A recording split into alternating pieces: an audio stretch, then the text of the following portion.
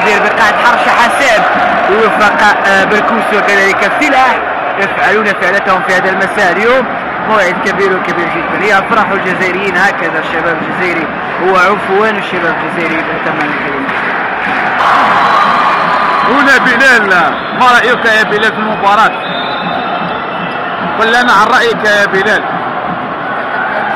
الجزائر قادرة أن تفعل فعلتها اليوم. يعني وما رأيك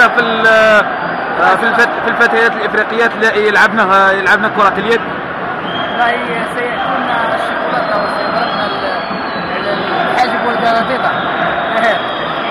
شكرا لك بلال. كان معنا بلال وراري الإعلامي من هنا من قاعة حرشة حسان، تغطية إعلامية حصرية من قناتنا الشبيبة TV.